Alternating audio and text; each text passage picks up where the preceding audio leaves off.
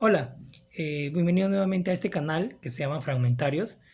El día de hoy vamos a hablar sobre otro tema del ámbito procesal penal que se conoce como las máximas de la experiencia, en relación a una sentencia emitida por el Tribunal Constitucional respecto a la valoración de los mensajes de redes sociales tales como WhatsApp o en este caso también podría ser Facebook. Así que si es que la información te resulta interesante, no te olvides de suscribirte a nuestro canal, darle un like y compartir en tus redes sociales. Mentira, solamente nos basta que la información llegue a ti y puedas aprender algo nuevo. Como mencionamos, hace poco se emitió la sentencia del Tribunal Constitucional 0877-2020, proceso de habeas corpus TC, en la cual se hacía un análisis respecto a la valoración probatoria que tenían los mensajes de WhatsApp o también se podrían tener los mensajes de Facebook, del inbox de Facebook, respecto a una presunta condena del delito de violación sexual en estado de inconsciencia o incapacidad para resistir, regulado en el artículo 171 de nuestro Código Penal. Es por ello que al hacerse algunas precisiones se toca el tema de las máximas de la experiencia. Es por ello vamos el día de hoy a explicar de qué trata esta figura. Entonces, la existencia de un proceso como tal va a tener un punto culminante, en cierta medida, cuando se emita una sentencia, sea esta, digamos, a través de una condena o sea permitiendo una absolución a la persona que se le imputa algún tipo de delito. Es por ello que para llegar a esto necesariamente se debe pasar por una valoración racional de todos los elementos recabados, que se conocen en el juicio oral como prueba.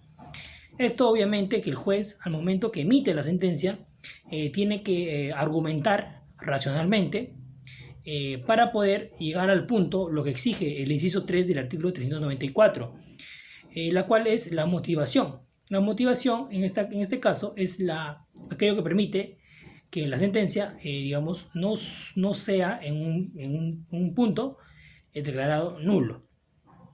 Sin embargo, anteriormente, unos artículos, ahí nada más, se encuentra el artículo 393 en su inciso 2, la cual señala que estas se van a regir por algunas reglas establecidas, la cual el juez no se puede apartar, tales como, por ejemplo, las reglas de la lógica, las reglas de la ciencia y el tema que trataremos el día de hoy, que son las máximas de la experiencia. Es por ello que es necesario entender cómo funciona esta figura. La labor del juez como tal se va a circunscribir en dos puntos. Interpretar y valorar todos los elementos recabados durante el juicio oral. Es por ello que necesariamente el juez tiene que estandarizar sus conocimientos o sus diversas informaciones que ha recabado en toda su vida. Esto quiere decir que no hay que olvidarse que si bien, digamos, el juez cuenta con una autonomía constitucional de que no debe responder ante sus decisiones, sin embargo, esta no es un libre albedrío como tal, o no es una carta abierta digamos, a hacer sus acciones como una especie de, imagínense, novia celosa, extremadamente celosa, en la cual te sacan todo tipo, digamos, de motivos por tu actitud mala, en la cual se te hace muy complicado, muy difícil de defenderte. Esto no ocurre, esto no debe ocurrir, imagínense, en una especie de paralelismo en la actividad probatoria. En la actividad probatoria debe haber una especie de predictibilidad respecto a los límites que tiene la actividad probatoria como tal. Y uno de esos límites al conocimiento general del juez se conoce como las máximas de la experiencia. Las máximas experiencias, bajo la definición de algunos autores son, y los leo, dice que como una especie de definiciones o juicios hipotéticos de contenido general, desligado de los hechos concretos que se juegan en un proceso, derivados, los cuales se derivan básicamente de la experiencia general. Si nos quedamos con esto, se nos complica el mundo. Sin embargo, yo les pongo la siguiente definición para que se pueda entender mejor. Como sabemos, el mundo, tal cual como lo conocemos, cuando despertamos y empezamos a interactuar, nada nos sorprende. Nada absolutamente, digamos, cambia para nosotros su visión, porque resulta como algo normal. desde el hecho de ver un periódico, desde el hecho de ver en este mismo momento tu teléfono mientras que yo hablo, mientras que vemos infinidad de acciones como entrar a Facebook, manejar una laptop y todo lo que concierne a la tecnología o infinidad de, digamos, de actitudes que hacemos diariamente, sinceramente no nos sorprende o no nos llama la atención. A esta actitud, estas diversas actitudes son conocimientos generales que en el mundo hay, o sea, hay diversas acciones que se podría señalar como un tipo de conocimiento general, o sea, todo lo abarca, desde el hecho de caminar hasta el hecho de inventar algo. Entonces, todos estos son conocimientos generales o definiciones hipotéticas, como quieran llamarlo. Sin embargo, los seres humanos nos hemos adaptado a generalizar y a normalizar de manera automática, muy, muy rápido. Esta generalización o esta manera de entender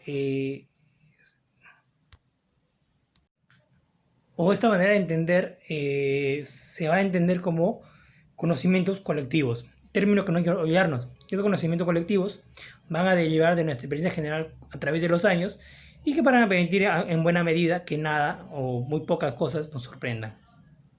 Entonces para entender la máxima experiencia, les pongo el siguiente ejemplo y cómo funcionaría en sí. En el mundo, como mencioné, existen conocimientos o verdades, digamos, que la mayoría asumimos como tal. Es por eso que, por ejemplo, imagínense la siguiente premisa, y sería la premisa mayor, de que los familiares de los imputados, no declaran en su contra o declaran a su favor. Eso sería, por ejemplo, una verdad que muchos lo asumimos como tal y casi no lo discutimos. Sin embargo, debe existir una premisa menor, que es aquella que se va a devenir o va a causar o se va a desarrollar dentro de un proceso instaurado. Se abre un proceso, en ese proceso van a haber testigos y uno de los testigos quizás sea los familiares del imputado. Y tenemos nuestra premisa mayor, que sería que los familiares declaran a favor del imputado. Y la premisa menor sería este hecho concreto que devino producto de la investigación o del proceso en sí. Es por ello que Friedrich Stein, en su libro El conocimiento privado del juez, mencionaba algunas, digamos, funciones que tendría esta máxima de la experiencia. Una de estas, por ejemplo, sería la función este último ejemplo se menciona como aquellas inferencias probatorias, o sea, aquellas que van a permitirse demostrar en un juicio oral. Sin embargo, Stein menciona otras dos funciones que no debemos olvidar. La siguiente función se conoce como de función indiciaria, o si se puede conocer como de prueba indiciaria, en la cuales van a existir ciertas verdades, o sea, ciertas premisas mayores, o sea, ciertas máximas de experiencia, tales como pongo un ejemplo. El común, la persona que comete un homicidio, por ejemplo, o un delito grave, tiende a huir de la escena del delito. Esa es la premisa mayor. Esa sería la máxima experiencia del conocimiento general. Sin embargo, sin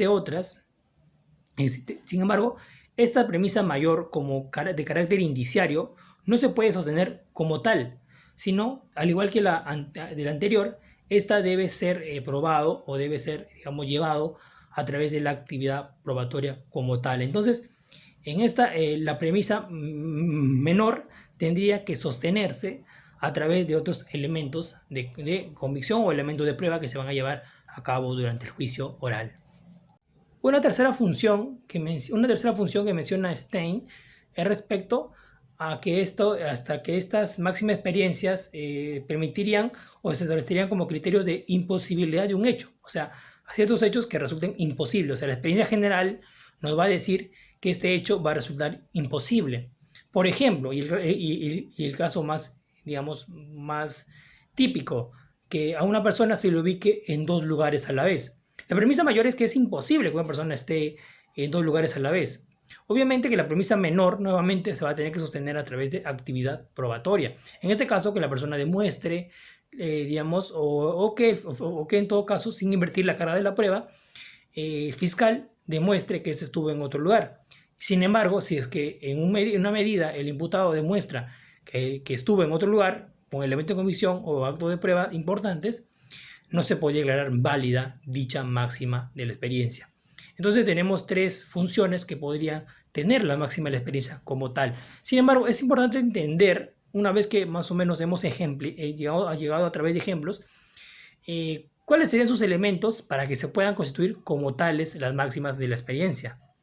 Entonces, una vez que hemos entendido cómo funcionaría o cómo entenderíamos rápidamente una máxima experiencia, no hay que olvidar que esta máxima experiencia van a tener que tener algunos requisitos, tales como por ejemplo que ésta provenga de una base empírica, una base sensorial, que hayamos percibido, que hayamos visto, que si bien, como bien señala Stein en el libro antes señalado, si bien es su origen, mas no es su consistencia como tal. O sea, nosotros no vemos andando o caminando a una cierta frase o por ejemplo, no vemos caminando al conocimiento de que el familiar a favor del imputado declara su favor, creo que repetí, eso no lo vemos andando, no lo vemos caminando, es un valor, digamos, que solamente, digamos, lo tenemos en cuenta. Entonces, solamente su base empírica es respecto a su origen. Segundo, esta debe tener una autosuficiencia del objeto probatorio, o sea, quiere decir que esta verdad no se va a sujetar solamente al proceso, es una verdad que se rige en el mundo o que existe fuera del proceso, por lo que el proceso solamente lo va a utilizar para realizar cierta actividad probatoria. Segundo, es su autodeterminación casuística, o sea, que esta se va a regir por nuestras actividades como seres humanos, o sea, se va a regir por la temporalidad, digamos, de su continuación o de la manera, digamos, tan continua que damos a ciertas actitudes, a ciertos hechos. Infinidad de lo que podríamos señalar. Entonces tenemos tres elementos. Un último elemento que se podría señalar como una consecuencia de estas dos últimas se señalaría como su validez, o sea que esta tenga cierta validez en un sector de la población como tal. Entonces tendríamos una base empírica sensorial que no llega a constituir solamente para su origen, tendríamos una autosuficiencia como del objeto probatorio, una autodeterminación de casuística, una validez general. Y también lo importante de esto, como hacíamos en los ejemplos anteriores, de premisa mayor y premisa menor, se denomina la contrastabilidad. O sea que que esta pueda ser sometida a verificaciones. Una vez que en el proceso se encuentre ciertos hechos, que digamos que el juez, al hacer sus conclusiones, su razonamiento, va a contrastar con verdades generales, evitando de esta manera, en cierta medida, y es lo que al fin y al cabo busca la máxima de las experiencias, es que alejemos prejuicios, alejemos estereotipos, alejemos perfiles ya plantados. Sin embargo, nosotros no pensamos de esa manera, no vemos, digamos, cuando hacemos este análisis, no vemos cada uno de los elementos, sino que esto sería un desarrollo doctrinario. Lo que se podría señalar que nosotros hacemos serían, digamos, en base a algunas preguntas. En primer lugar ¿cuál es la generalización que se establece? Sería, ¿cuál es ese conocimiento ya aceptado que nosotros no ponemos en duda? Digamos, luego pensamos si es que este hecho menor o este hecho producto del proceso se puede amoldar a tal, con lo cual sería la pregunta si existen generalizaciones en sentido contrario. Y finalmente, digamos, buscaríamos en cierta medida cuál es la fuente de esta. Sí, es por eso que debemos entender y tener en claro sobre la máxima experiencia que es una actividad propia, en cierta medida, mucho más en el juez. Es por ello que Michel de Tarufo menciona lo siguiente. Él establece como tres tipos de generalizaciones, digamos, ¿qué se podrían encontrar? Aquellas como las válidas, las que se podrían aplicar en un proceso penal, aquellas cuasi generalizaciones y las últimas con las conocidas como las generalizaciones espurias, que esperemos explicar en un futuro video. Es por eso que en esa sentencia emitida por el Tribunal Constitucional número 0, voy a leerlo porque estoy ciego, el 0877-2020, proceso de habeas corpus, en esta sentencia entendamos algo importante y nos dice el tribunal que si bien digamos existen las conversaciones que se dan en Facebook o se dan en WhatsApp, se señalarían como válidas, estas no se puede considerar como verdades absolutas, digamos, no se puede tener como elemento de convicción suficiente para poder imputar algo a alguien. Por el contrario, digamos, estos elementos de prueba, como los mensajes de WhatsApp, se adecuarían a un tipo de máxima de experiencia con una función indiciaria.